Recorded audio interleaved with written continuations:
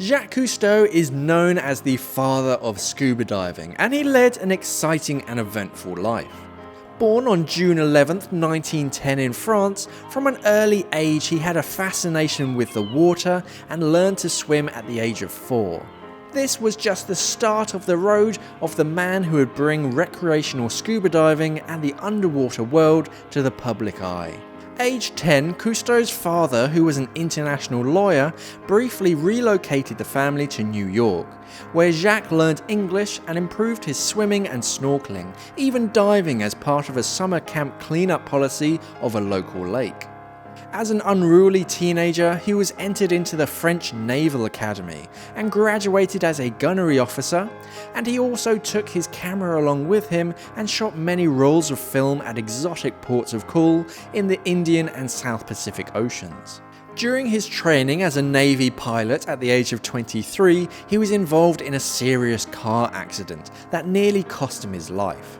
However, it was during his rehabilitation that he started swimming in the Mediterranean Sea to recover strength and improvising a pair of aircraft pilot goggles to see underwater.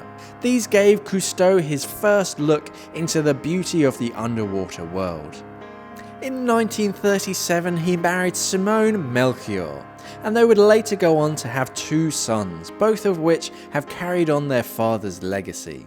During his later life, he had a further 2 children, a son and a daughter, by another woman who he would later marry in 1991 after his first wife's death. During the first few years of World War II, Cousteau continued his underwater experiments.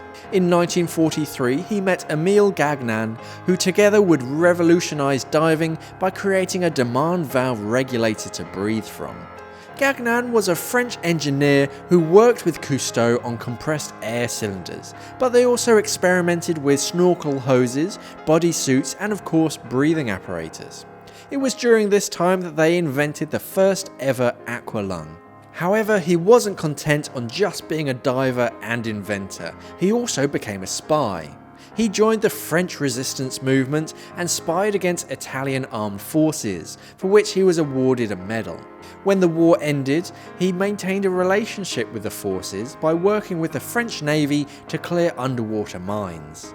Cousteau's thirst for underwater discoveries were never quenched, and he took scientific leave from the Navy to work with British philanthropist Thomas Lowell Guinness, who leased him a former minesweeper cum car ferry, the Calypso. On board the famous Calypso, Cousteau combined his 2 greatest loves, diving and filming. He helped develop an underwater camera that can be used in deep water, and this camera could withstand high pressures, and he also created a number of underwater documentaries using it.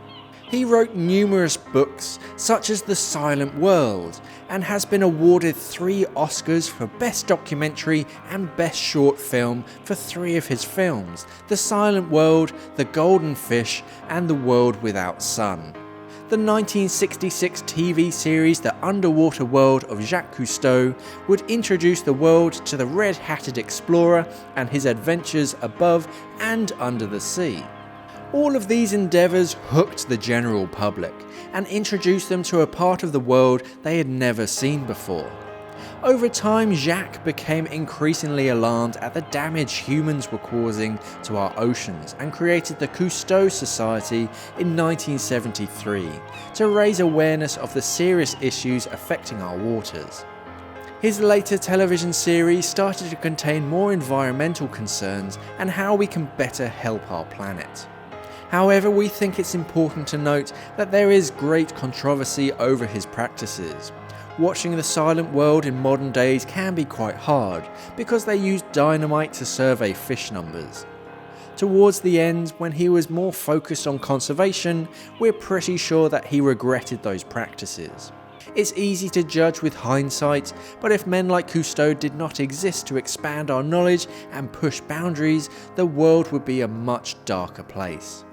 After a long life of adventure, he suddenly died after a heart attack at the age of 87 in Paris, leaving a very successful legacy introducing most of the world to the underwater world.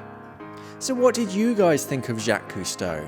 Let us know in the comments below. If you like this video, don't forget to like, share and subscribe.